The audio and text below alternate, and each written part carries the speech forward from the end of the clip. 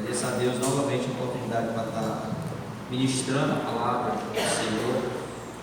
Uma responsabilidade, já digo isso aqui já muitas vezes, toda vez que eu assumo esse púlpito, falar do peso que é, com temor e tremor, que nós tomamos essa responsabilidade, chamamos para si, pelo fato de havermos de pregar algo, muitas das vezes, pesado, mas que é necessário. Muitas das vezes algo simples, mas que vai te motivar muito. E muitas das vezes algo que precisa somente para te manter nesse nível de fé. Então existem níveis que a gente pode estar levando a palavra. E em qualquer um desses níveis existe sim um compromisso muito grande do pregador, principalmente de onde ele vai buscar. Se ele vai buscar no altar do Senhor, tenho certeza que a igreja dele é alimentada, não faz falta, porque ela vai permanecer firme e sã. Amém? Quero tratar a respeito da humildade. Os irmãos estão escutando? Amém? Agora, não está chegando lá atrás? Amém? Estão escutando aí atrás? Glória a Deus. A simplicidade que é o Evangelho. E para nós podermos trabalhar nesse texto, nessa mensagem, a gente vai usar como base Romanos capítulo 1, versículo 1. Certo? Romanos, epístola de Paulo aos Romanos, capítulo 1, versículo 1. Eu sou o canto isso. Amém? Vamos ler. Somente o versículo 1, tá? Paulo, servo de Jesus Cristo, chamado para apóstolo, separado para o Evangelho de Deus. Mais uma vez, Paulo, servo de Jesus Cristo, chamado para apóstolo, separado para o Evangelho de Deus. Amém? Glória a Deus. Como eu falava, o Evangelho ele é simples, mas ao mesmo tempo ele é difícil de se entender. Se torna difícil de se entender, de se compreender, porque nós que pregamos temos que entrar na mente do autor do texto. E o autor do texto, quem é? É Deus, mas passou também por uma mente humana. Tá certo? Então, para nós compreendermos o que a palavra está nos orientando a fazer, está nos instruindo a realizar, precisamos compreender algumas coisas. A hermenêutica, ela se resume somente em compreender o contexto, para nós entendermos o texto. É o simples, é o resumo. Para nós compreendermos o que o autor muitas das vezes fala, basta nós lermos ou alguns versículos antes, ou alguns versículos depois, para nós nos situarmos no assunto tratado. Mas trazendo para o tema que eu quero ministrar, a simplicidade. Jesus fala lá em Mateus 10, e diz que nos enviaria como ovelhas no meio de lobos. E ele nos dá duas instruções. Ele diz que nós nos mantivéssemos prudentes e simples. Prudentes como as serpentes e simples como as pombas. Ele quer dizer, olha, não queira ser notado pelo que é seu, e busque a simplicidade da pomba. Na Bíblia a gente tem essa representação da pomba como um símbolo do Espírito Santo, né? O pessoal ilustra a pessoa do Espírito Santo pelo fato da descida do Espírito como uma forma corpórea de um pombo, de uma pomba sobre Jesus no Rio Jordão, quando João Batista tem essa visão. Então representa duas características que todo discípulo, todo crente deve aperfeiçoar em si. Não é dizer que tem e não Praticar é dizer que tem, não sou bom ainda, mas estou aperfeiçoando. Eu procuro me manter praticante para que eu possa atingir um nível de excelência naquilo. Então Jesus vai dizer: prudência, nem toda hora temos. Simplicidade, nem toda hora temos. Mas isso aí é um combinado. Jesus está dizendo: vocês têm que fazer um combinado dessas duas coisas, para poder vocês escaparem do meio dos lobos. Vocês têm que ser prudentes, porque a serpente, ela também se esconde, ela também não aparece porque ela tem predadores. Para nós podermos nos desviar das ciladas, das tentações que a vida vai colocando no decorrer da nossa caminhada, temos que carregar conosco esse instinto de prudência, para não tropeçarmos. Jesus disse: olha, vocês são a luz. Quem tem luz, a luz vai à frente, vai clareando o nosso caminho para saber o que pisa. Quem tem a luz, vê onde o buraco está, vê onde a armadilha está, vê onde a cilada está. E a simplicidade é manter aquele caráter humilde que nós vamos tratar, tanto pessoal quanto da simplicidade que é o Evangelho de Cristo. Tá certo? Quando a reforma protestante eclodiu em todo o cenário mundial, meados do século XVI, nós, pelos católicos, fomos nomeados como evangélicos. Mas esse termo evangélico se adequa quando você é o quê? Praticante do evangelho. O termo mais cabível que eu posso dizer para a igreja evangélica de hoje é a igreja protestante. Tá certo? É a igreja protestante, porque ela é nascida lá no século XV, no século XVI, quando Martinho Lutero aplica as teses, e ali há o rompimento de quem? De Martinho Lutero com a igreja católica. Nasce-se então a igreja protestante, os protestantes. Mas o termo mais usado hoje é evangélico. Diz assim: eu não sou protestante, eu sou evangélico. Ninguém vai saber se é protestante ou é evangélico. Ninguém vai saber o que é protestante. Protestante é aquele que protesta, é aquele que foi protestar. É isso que Martinho Lutero fez. Ele foi protestar pela falta de humildade da igreja, pelos ensinos errados, heréticos que estavam tendo naquele período. Mas vamos pular, porque não é aqui que eu quero tratar com vocês. Então nós somos evangélicos quando nós vivemos pela palavra que Cristo liberou sobre nós e para nós. O evangélico é aquele que vive baseado numa promessa. Qual é a maior promessa do evangelho? A salvação. É a salvação a maior promessa do evangelho. A maior promessa feita a Cristo por nós, mesmo ainda com os seus discípulos, ele diz assim: eu vou para o Pai e vou preparar-vos os lugares. Quando eu voltar, levarei vocês comigo, para que onde eu esteja, estejam vós também.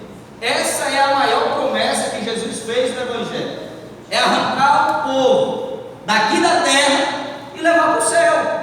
Algo que ninguém, nenhum homem fora Cristo, que foi 100% homem, mas que é 100% Deus, somente Ele pode realizar isso.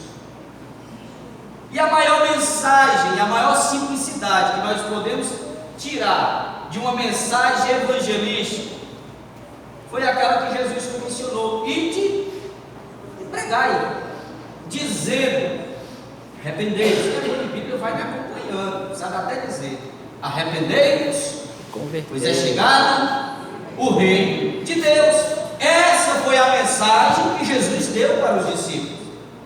Mas existe aqui, dentro dessas palavras, algo que nós precisamos compreender. Então, mesmo pela simplicidade da mensagem, arrependei-vos, porque é chegado o reino de Deus.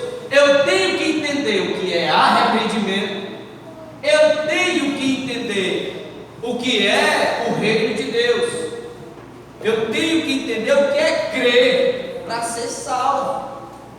Porque Jesus disse, essa é a mensagem: arrependei-vos, porque é chegar no reino de Deus. Todo aquele que crê, for batizado, será salvo. Então, dentro disso tem um processo de conhecimento que você tem que adquirir.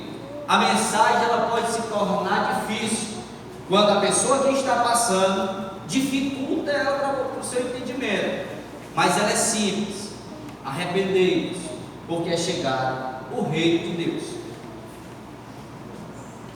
É difícil, como eu falei, muito, pregar o evangelho, pois é se conectar com o pensamento de quem escreveu e buscar passar em toda fidelidade a situação daquele momento, analisar o espaço, o que acontecia, o pano de fundo da época, a situação que originou.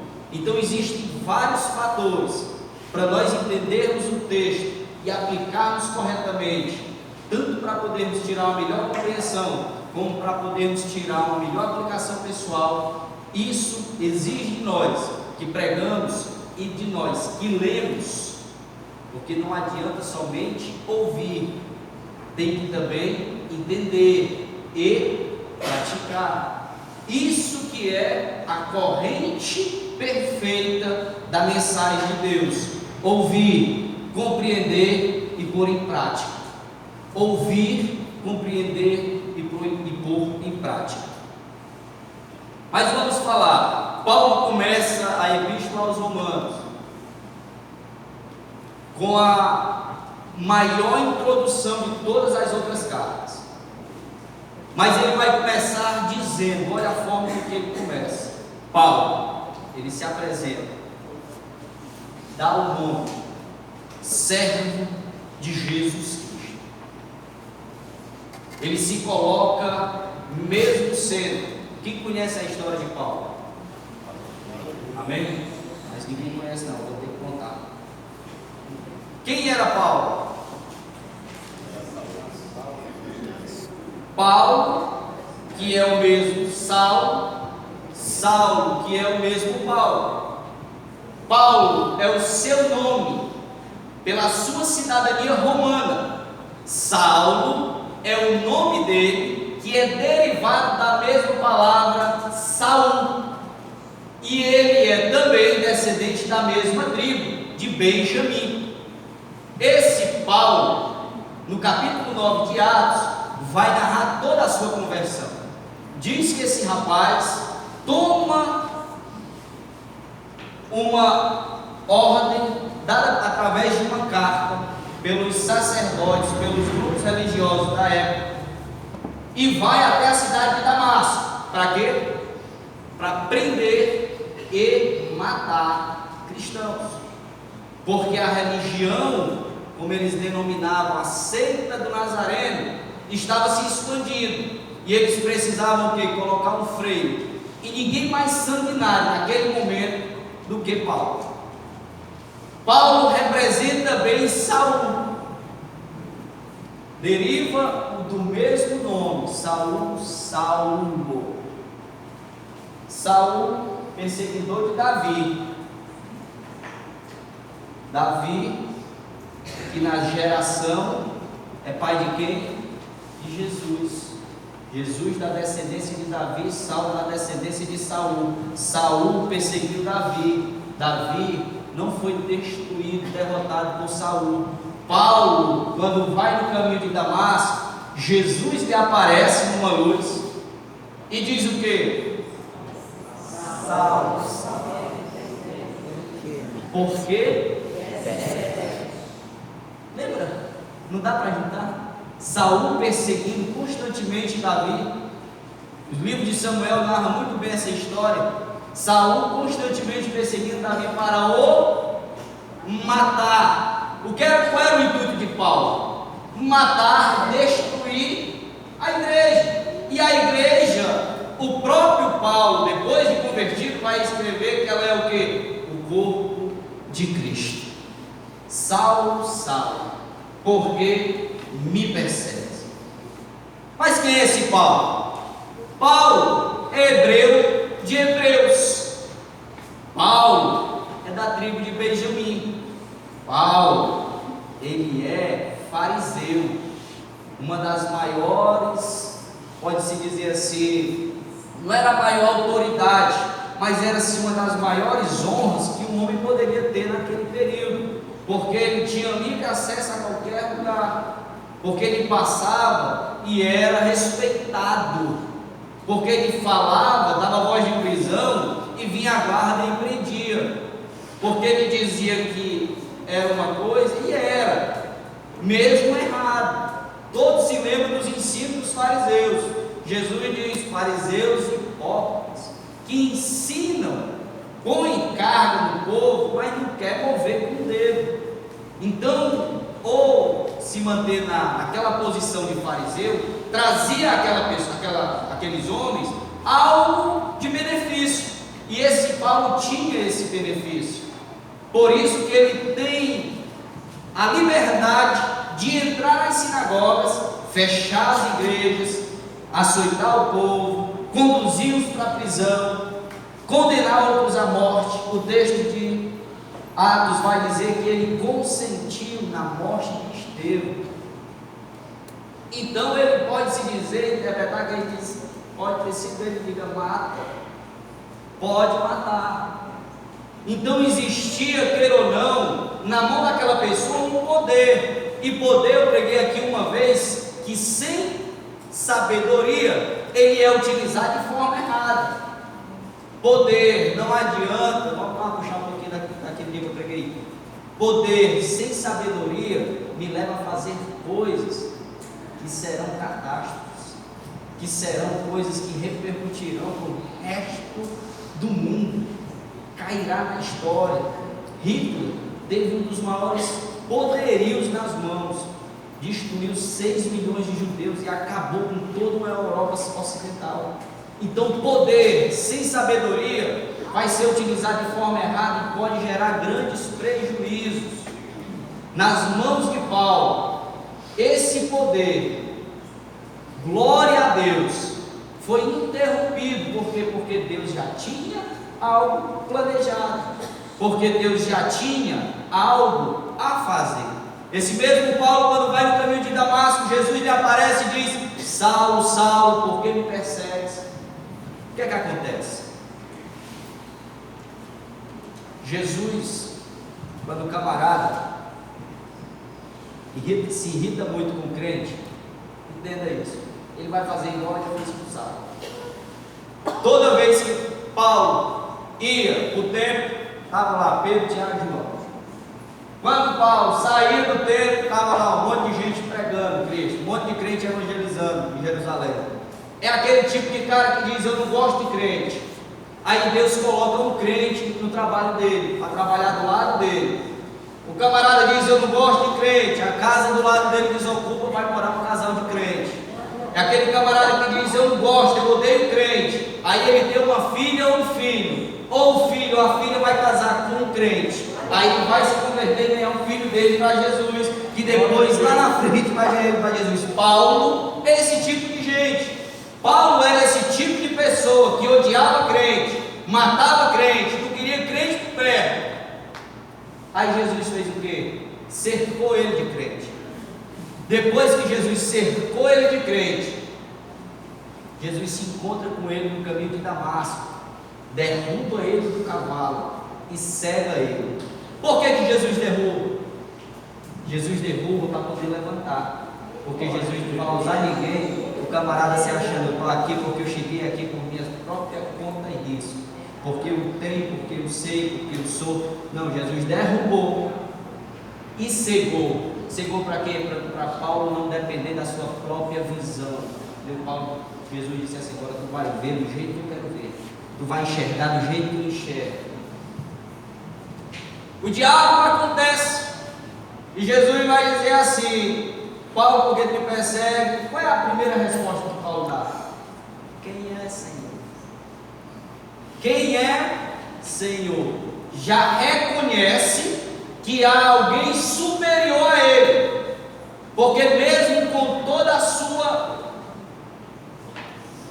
moral, Paulo, naquele momento, toda a sua força e toda a sua vontade de instruir, ele viu que algo maior o impediu. Então, toda vez que você é vencido por algo, a Bíblia diz que no tal sou vencido, no tal se torna servo. Quem é servo tem um Senhor. Todo servo tem um Senhor. Ele já reconhece quem é Senhor. Jesus vai dizer: eu sou Jesus, a quem tu persegue. Aí Paulo vai dizer assim: o que é que tu quer que eu faça? Não, tu não vai fazer nada agora. Tu não veio para ir para Damasco? Vai lá para Damasco, lá depois eu te digo o que tu vai fazer. Paulo vem com toda aquela força para destruir e vai entrar na cidade convertido.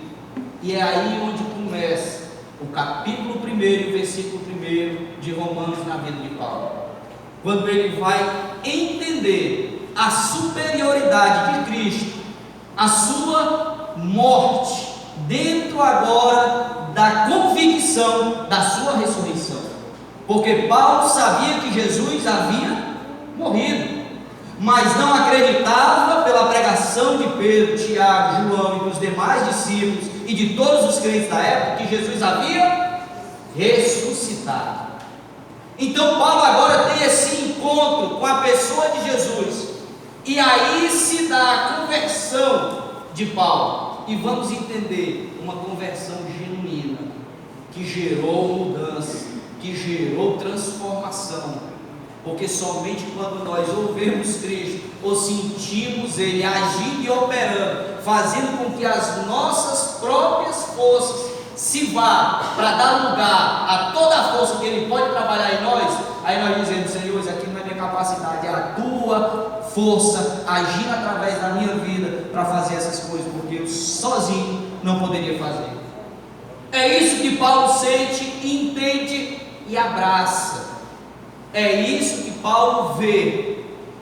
Depois que Paulo agora conhece que Jesus, a quem ele perseguia, está vivo e é Senhor, há-se agora uma transformação de perseguidor a perseguido, daquele que ia e pregava a morte para a igreja, vai agora se tornar, depois disso, um dos maiores professores da sua época, da palavra de Deus.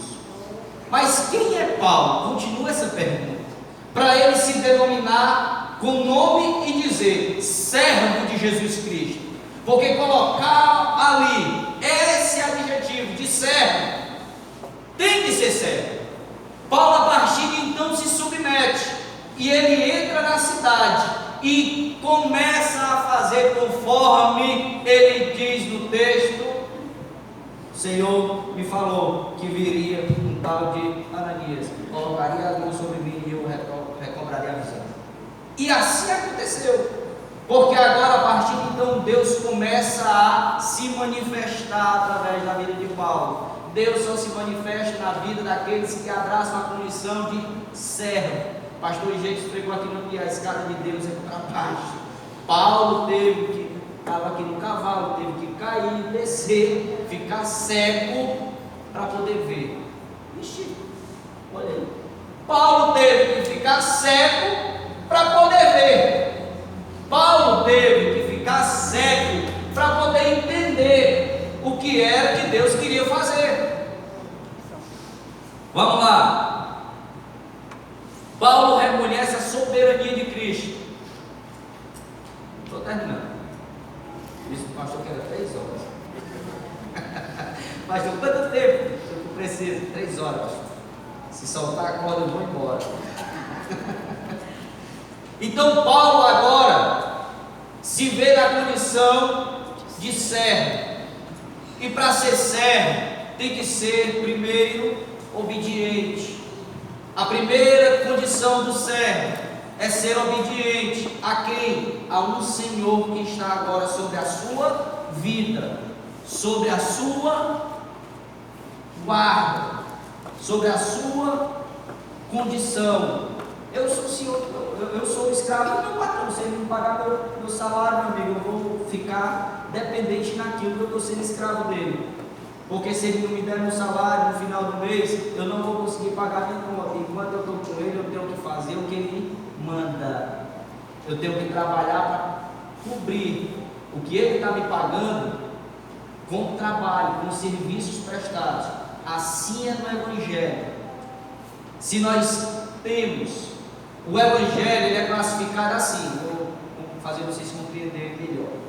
Pentecoste, nasce a igreja. No Pentecoste é derramado o poder do Espírito Santo. Ali se é algo dado à igreja.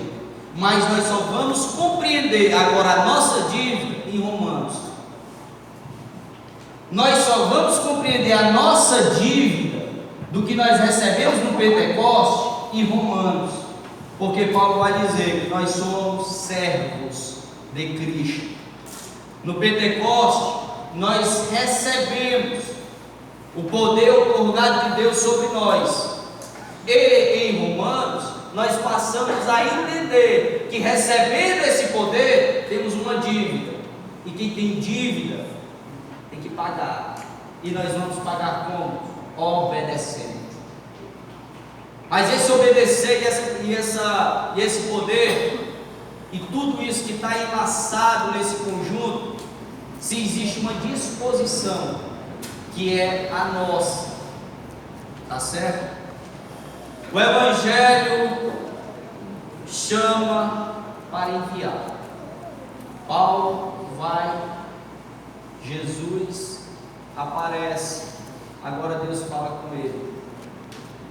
Ele é para mim, vaso escolhido.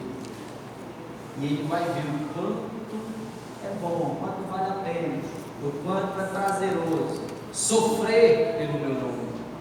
Então, se você foi chamado para o Evangelho, você foi chamado também para sofrer pelo nome de Cristo. Não adianta pregar dizendo que o Evangelho é só uba-uba e glória a Deus e vão para cima e Deus abençoando e a vida indo sempre de bem a melhor. Não, a tua vida espiritual sim vai sempre de bem a melhor, vai sempre subir enquanto você está ali buscando. A sua vida espiritual vai estar sempre sendo alimentada, reforçada e fortalecida naquilo para qual é o nosso propósito: amadurecermos para a salvação, amadurecermos para o Evangelho. Isso é o que Deus quer de nós. Mas passaremos sim por dificuldades, passaremos sim por privações. Nós vamos entendermos isso na vida de Paulo. Quando ele diz servo de Cristo, é porque ele se coloca a toda e qualquer situação que possa acontecer durante os seus dias. Paulo vai dizer, olha o que é o camarada, preste atenção. Quando Paulo, a gente pegar, Pedro leu uma carta de Paulo e diz, meu amigo, olha o nível do cara, meu amigo, é difícil de entender. Olha o nível de Paulo.